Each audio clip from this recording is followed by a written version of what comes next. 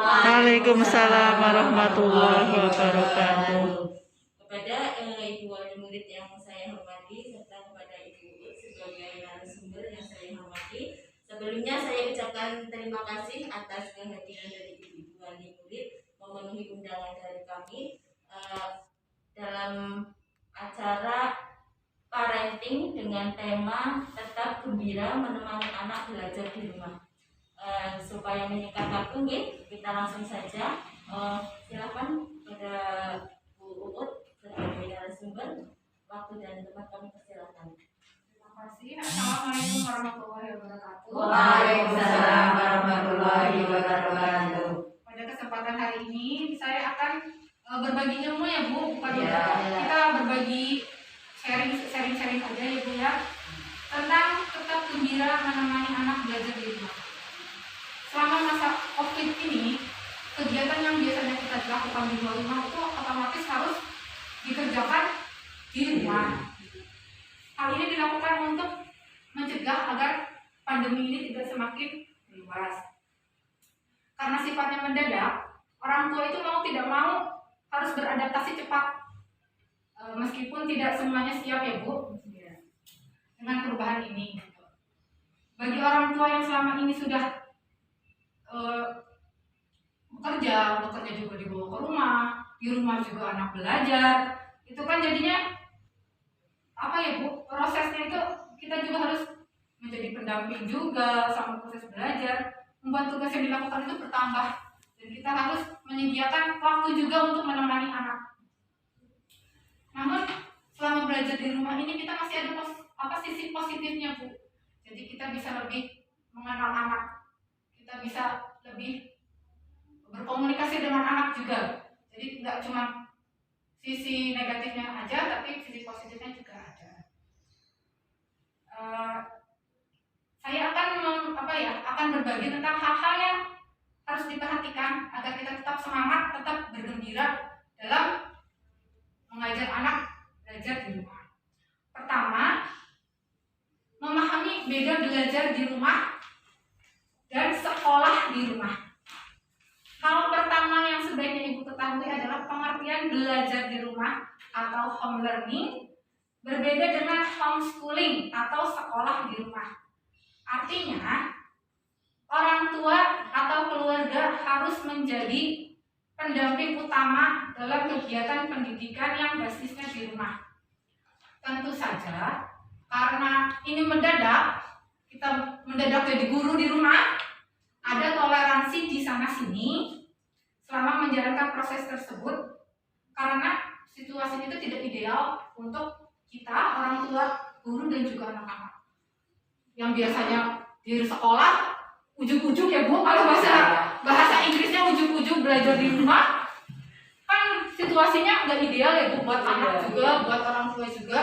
Jadi harus ada toleransi di sana-sini. Yang bisa membantu untuk menjalankan proses belajar di rumah itu ialah kesadaran dan penerimaan diri sejak awal untuk menerima kondisi seperti ini. Jadi kita harus menerima lah Bu, mau nggak mau menerima lah ya, mau gimana lagi. Jadi biar proses belajarnya di rumah berjalankan dengan lancar. Selama belajar di rumah pasti ibu-ibu merasakan stres ya Bu? Iya Bu. Agar terhindar dari stres itu, kita jangan memasang ekspektasi yang berlebihan kepada anak. Misalnya belajar di rumah, kita targetkan anak A, ternyata anak cuma mampu C. Hal itu yang bisa menyebabkan kita stres karena kenyataan dan ekspektasi itu berbeda sangat jauh. Jadi diharapkan kita jangan terlalu memasang target terlalu tinggi kepada anak. Yang kedua, persiapan yang dilakukan selama proses belajar di rumah.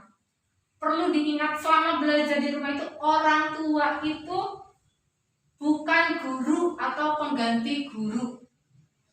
Orang tua adalah fasilitator belajar anak, teman sekaligus konselor bagi anak. Orang tua itu bukan guru, jadi jangan sok-sokan jadi guru, ya Bu. Cuma sebagai fasilitator aja, teman aja buat anak. Peran pendidik itu tetap pada guru. Kalau orang tua itu berkomunikasi dengan pihak sekolah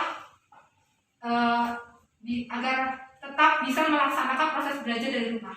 Jadi kita tetap konsultasi lah sama pihak sekolah, ngobrol, berkomunikasi. Jadi bukan tugasnya utama tetap guru.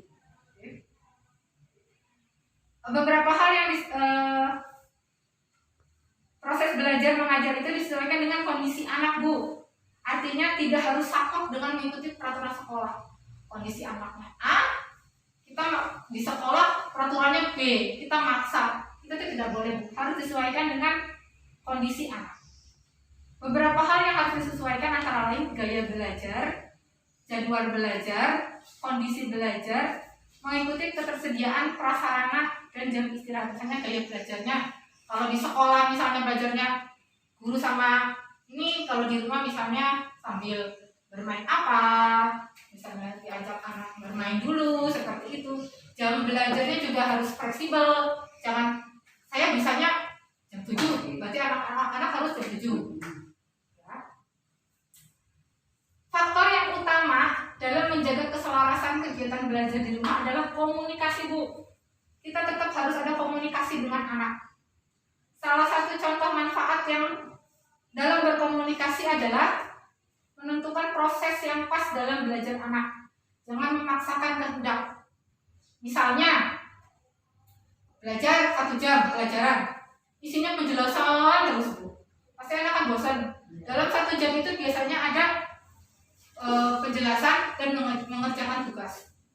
Jadi kita jangan prosesnya itu jangan seperti itu, kita harus sesuaikan dengan kondisi anak. Misalnya saya punya rumus nih, Bu. Soalnya kan kalau misalnya anak itu terlalu lama juga kan konsentrasinya juga biar. Saya punya rumus yang digunakan untuk menentukan durasi belajar anak. Ya, anak konsentrasinya juga tetap terjaga ya, Bu. Misalnya usia menentukan adalah usia dikali 3 sampai 5 kali usia anak.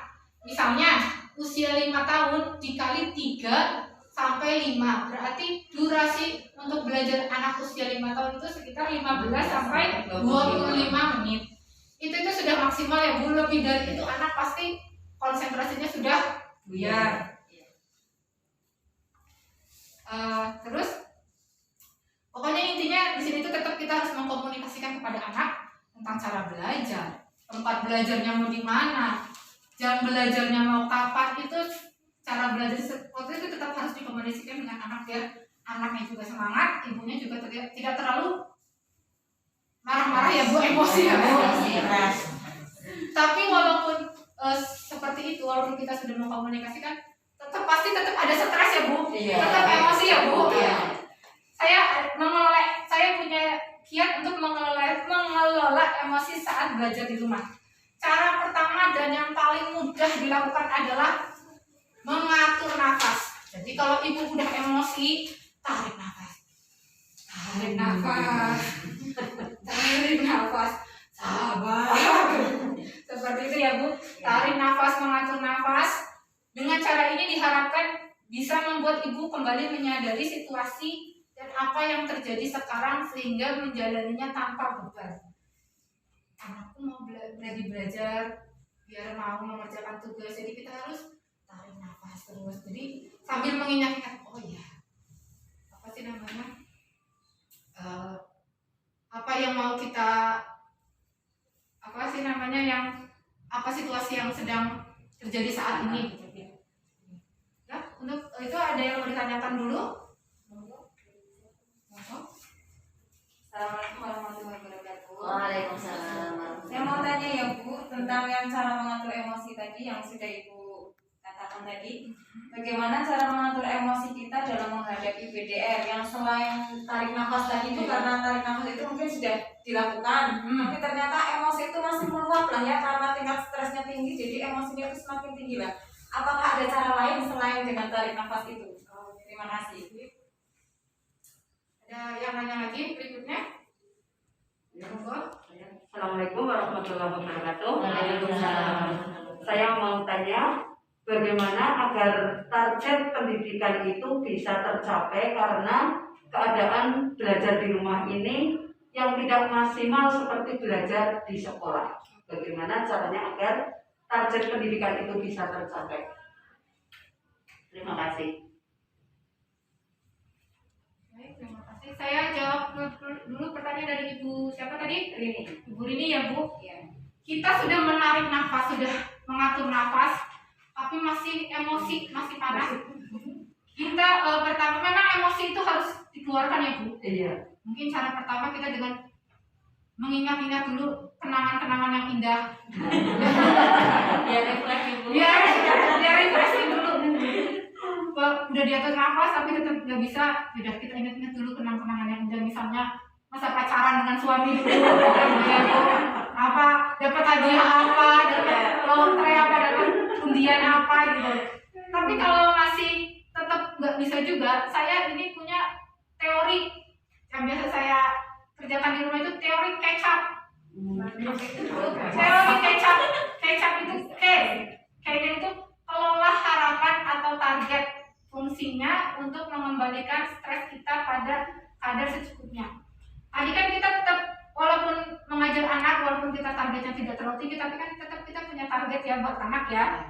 Kita tetap harus lihat target itu, harapan itu, biar bisa mengembalikan stres kita. Oh ya, kita harus target dulu, dikelola lagi harapannya, dikelola lagi targetnya. Misalnya kalau misalnya targetnya B, ternyata anaknya C, ya udah kita targetnya C lagi, dikelola lagi, diulangi lagi.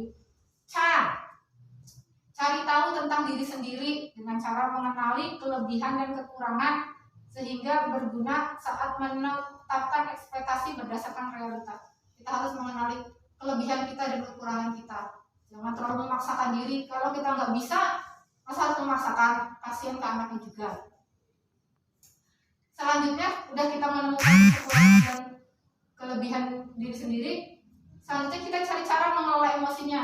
Salah satunya dengan cara self care atau memanjakan diri sendiri lah Bu. Misalnya bisa mendengarkan musik, masak, olahraga, yang penting meredakan emosi dulu. Jangan lagi emosi langsung anaknya udah yuk kita berhenti dulu ya, istirahat dulu. Ibunya yang istirahat, apa ibunya dengerin musik, mandi apa gimana.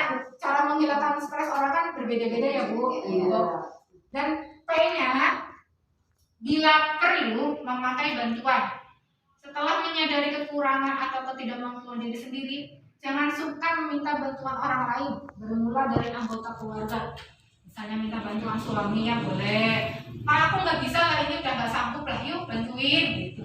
Kalau nggak minta sama adiknya ini kayak misalnya dari punya kakak kita atau siapa, jangan malu lah untuk meminta bantuan. Karena dengan saling meringankan beban dan berbagi tugas, maka ibu bisa terhindar dari stres yang berlebihan. Kita harus saling berbagi. Pertanyaan kedua dari Ibu Mariati tentang apa ya tadi ya Bu? Bagaimana agar target pendidikan itu bisa tercapai karena belajarnya dari rumah yang tidak maksimal seperti belajar di sekolah. Iya. Proses belajar di rumah memang mendadak ya Bu. Iya. Tahu-tahu suruh belajar di rumah gitu kan. Dan jarak waktunya tuh panjang sekali ya Bu. Iya. Ini faktor yang bisa menentukan target pendidikan yang bisa tercapai atau tidak itu. Semua unsur pendukung harus terlibat selama proses tersebut. Misalnya guru, orang tua, atau murid itu harus saling aktif, harus responsif dalam berkomunikasi. Jangan lupa saling mengevaluasi dan saling memberi masukan. Kalau misalnya kita ada masukan apa ya, beritahu ke bu guru juga. Misalnya mengevaluasi juga Bu, kayaknya lebih bagus seperti ini gitu. Jadi sekolah orang tua itu harus saling aktif dan responsif dalam berkomunikasi seperti itu. Ya. Nah, untuk yang evaluasi yang disebutkan itu bukan hanya untuk orang tua dan sekolah, tapi orang tua dan guru juga. Jadi pihak sekolah juga bisa, ke kepala sekolah juga bisa. Jadi semua pihak lah bisa saling mengevaluasi. Ya.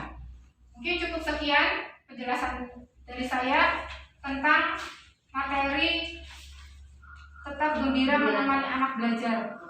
Sebelum menutup acara ini saya ingin mengutip ada ya, saya baca di media sosial itu ada yang menulis seperti ini: menderita dan bosan saat membimbing anak di rumah tak sebanding dengan sakitnya melihat buah hati dirawat di rumah sakit karena COVID-19.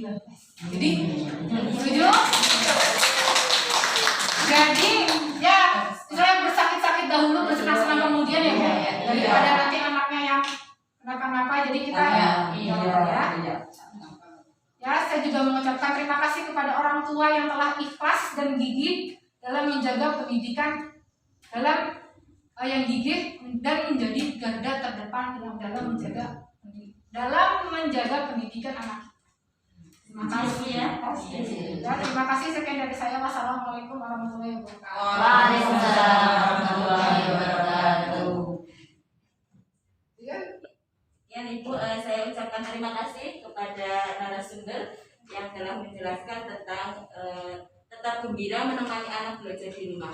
Selain itu, dalam masa-masa COVID Ibu, kita juga harus selalu menjaga kesehatan, kebersihan dengan cara misalnya dengan cuci tangan, memakai masker. Kalau keluar rumah kita juga harus memakai masker, itu sudah wajib Terus cuci tangan juga sudah kewajiban kita setiap keluar rumah, masuk rumah. Terus kita juga harus makan makanan yang bergizi karena tubuh kita juga harus sehat, harus fit supaya kita tidak mudah terkena misalnya penyakit, karena COVID ini katanya juga menyerangnya yang rentan terhadap penyakit seperti itu. Jadi kita harus selalu menjaga kesehatan kita dengan makan makanan yang bergizi, menjaga kebersihan dan kesehatan terutama pada diri kita masing-masing.